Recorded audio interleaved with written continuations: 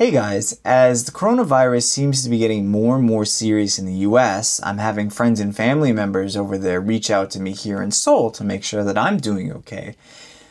I am. Everything here in Seoul seems to be pretty okay, and besides the fact that most people are wearing masks, you wouldn't really be able to tell too much that there is this crisis happening here. I know that sometimes Western media blows things way out of proportion. This usually happens when reporting on North Korea, how North Korea makes a threat, how missiles are aimed towards Seoul, how everything's about to go down, being engulfed in fiery flames. And usually people in the US are so concerned, they think everyone's freaking out here, but really over here people are just going on with their daily lives. Now, coronavirus is definitely more serious than the North Korean threat, and people are taking it a little bit more seriously than that. However, I don't think it's as bad as some of the Western media outlets are reporting. So I kind of wanted to talk about why the numbers in Korea are the way they are right now, meaning how they spread and why the numbers are so high. And I kind of also want to talk about, everyday life that people are going through and what the situation with the economy is like and politically and whatever. So, as some of you may or may not know, Corona started in Wuhan in December 2019. That was news to me that it was that early. I first learned of it in January when I started seeing the memes come out, both, from the US, and there were memes in Korean as well. I went to Japan at the end of January, around the 3rd to 4th week of January, to visit some friends. It wasn't that big of a deal. There were some light concerns being on the plane, but it wasn't really that big of a deal. At that time, going into February, Korea had less than 50 patients. Now, things changed with patient 31. So what that situation was it was a 60-year-old woman, or a woman in her 60s, in Daegu. Now, Daegu is a couple hours south of Seoul. I think a good comparison in terms of distance would be like LA to San Diego. It takes about 2 hours on the KTX, which is one of the fastest rails, but it's not that far away, but it's far enough.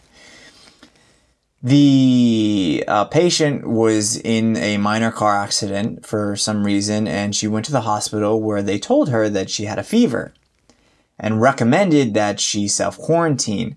Now, because she hadn't been to China, at least recently, and she didn't think she knew anyone that could possibly have the disease, she decided to go about her daily life and to go to her cult. Now, it is a cult. I've seen some news media outlets talk about how it's a controversial church or controversial religion or a religious sect. No. It's a cult. Now, for one reason or another, there are quite a fair amount of cults in South Korea. I also have a story where I didn't join a cult, but a group tried to initiate me into that cult. It's a fun story. I'll get to that in a future video sometime to describe that.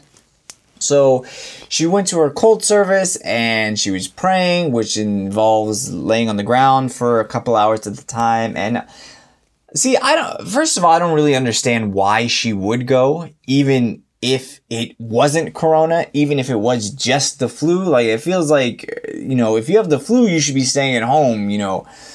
The flu is also deadly, not as deadly, questionably, but the flu is also deadly, and at the very least, it sucks.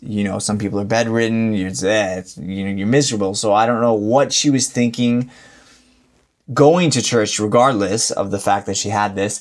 Anyway, it turned out that it was, in fact, corona. And that is why the numbers jumped from 31 to in the thousands. As of the date of this video, March 11th, Korea time at least, there are almost 8,000 cases in Korea, South Korea, and a majority of them, nearly 6,000, are in the city of Daegu. So that kind of puts things in perspective that, essentially thanks to this cult, this is why it became such a problem in Daegu. And from what I understand, that city is locked down. Now, the actual number of people who have the disease, or not disease, that have coronavirus here in Seoul is actually less than 200. And that is remarkable considering the number has been quite consistent over the past week or two, and that there are over 12 million people in the city. Now, we're going to see a slight jump, or we've seen a slight jump that might go even further in Seoul because of a call center. Call centers here are notorious for being in an enclosed space without great air circulation, and apparently a call center in one of the neighborhoods here in Seoul, they had people sitting close to each other. They weren't wearing masks. One person got it, and then it just spread to everyone. And now that is going to increase the numbers. It may be up to 200, but besides that, masks they were sold out for a long time. Now, the government put a restriction that in order to buy a mask, each person can only buy one or two at a time. At the pharmacy, they need to bring their ID, and I believe they can do that once a week. But as far as other things, no, our toilet paper is not sold out. People aren't going crazy buying food or whatnot. Everything seems okay, especially as the weather has been heating up. It's been around... This actually wasn't that extreme of a winter. Normally it gets down to about minus 15 degrees. However, this winter stayed very relatively warm at around 0 or minus 5 degrees. This is Celsius. Recently, spring has started, and that increased temperatures to about, during the day, they could be the highs of between 15 and up to even 20 one of the days. And so the other day I was out in the park, and it was full of people. So people, Seoul is not locked down. People are going out, especially as the temperature gets warmer. Now, a lot of businesses are actually either making their employees work from home or encouraging them to do so, or even having rotating shifts. So one group of people has to work on Monday, Tuesday, Wednesday, and the other group works at home, and then Thursday, Friday they switch, or they, some sort of alternating working schedule. Now, as someone who runs his own tutoring business, unfortunately, a lot of the schools and education services have been hit quite hard. My corporate classes have been temporarily postponed since 2 weeks ago. Some of my private classes have decided to postpone until the situation gets better. Fortunately, I have some students now that are willing to, still meet up at either study rooms or cafes in order to continue our classes. So I'm still getting some income, which is good. However, other academies, or what we call hagwons, they've had to shut down out of fear that the virus will go out of control with the kids. What else? Restaurants, people are not really going out. It's not a total ghost town. People are still going out, especially places that are hot. You still have to wait in line to get in. But it's definitely not as lively and as active as it was when there is no virus, and people are definitely ordering at home more, and whether that be groceries or, food for meals or whatnot. This is having a very big impact on the economy. The economy is, in a mess. It's getting worse and worse. It was already not that great. Reasons why, that's another video. But overall, I think the South Korean government has handled it quite well. For the first time, we're seeing that the levels are not actually increasing, but everything's still increasing, but the rate at which it's increasing is much slower than what previously was, and it's much slower than what other countries are dealing with. Now, the reason why the actual number is so high, aside from the fact that the cold spread that, is because the Korean government was very proactive in wanting to get people tested. So they invented a test, the quickest test in the world, that you can get tested within once you get tested, the test results will be out within 6 hours. They also have these drive-through tests where you can go while getting tested and still in your car. So the fact that they were really pumping these tests out Of course, naturally, the more people you test, the more people you're going to find who have the disease. But the quicker you find all the people that have it, the quicker you can quarantine them, and the quicker you can get those numbers under control.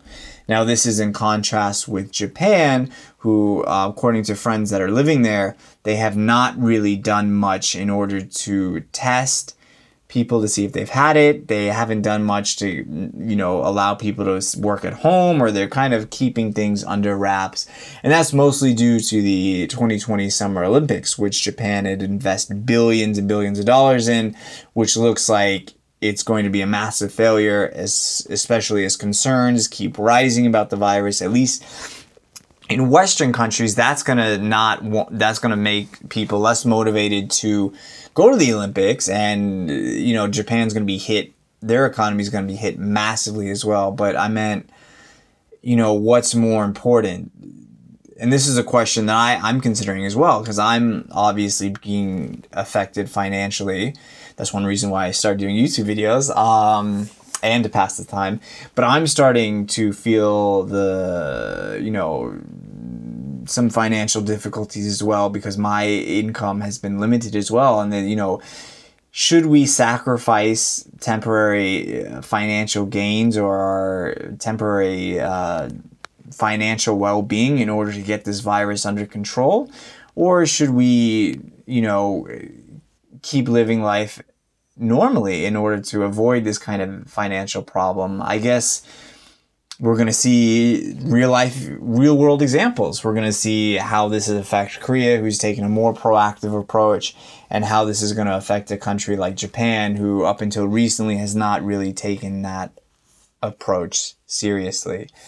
I think that's all there is in terms of the current situation.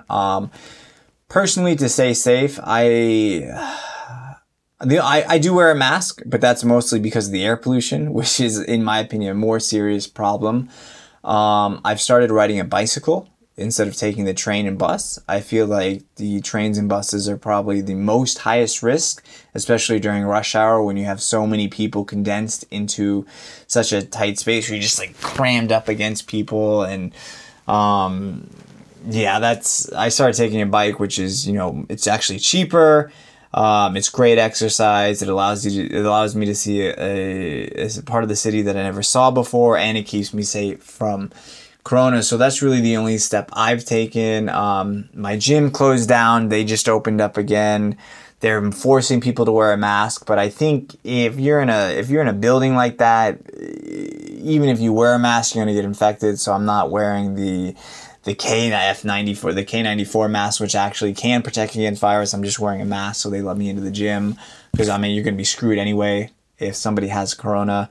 But no, I'm still going out to restaurants and still enjoying my life. A funny thing is, I heard from a friend, they have these things called kissing rooms in Korea, where you pay like 50 or 60 US dollars, and for about an hour you can make out with a girl. And he said that when he was trying to make a reservation the other week, that it was actually fully booked. So if that puts things in perspective, as serious as the media or people claim it to be, the Corona isn't serious enough to want people or to stop people from making out. So that just puts some things into perspective. Hopefully, as the weather warms up, we do see the number of cases curtail and things go back to normal. I'm hoping so. I'd love to get back to work, and I'm sure a lot of people would like to enjoy the spring weather before it becomes way too hot in a couple of months. So I think that's all the updates I have regarding Corona as of now. If you guys have any questions or comments about what it's like to live in Seoul or Korea during this Corona crisis, you can leave a comment below, and I'll check it out. I'll try to get back to you, try to answer the questions as well as I can. And if you would like to see any other topics about Korea, Korean life, Korean language, Korean culture, if you'd like to see any of those topics talked about in a future video, leave a comment below and I'll make sure to get a video out there in the future. Stay safe, guys. Talk to you soon.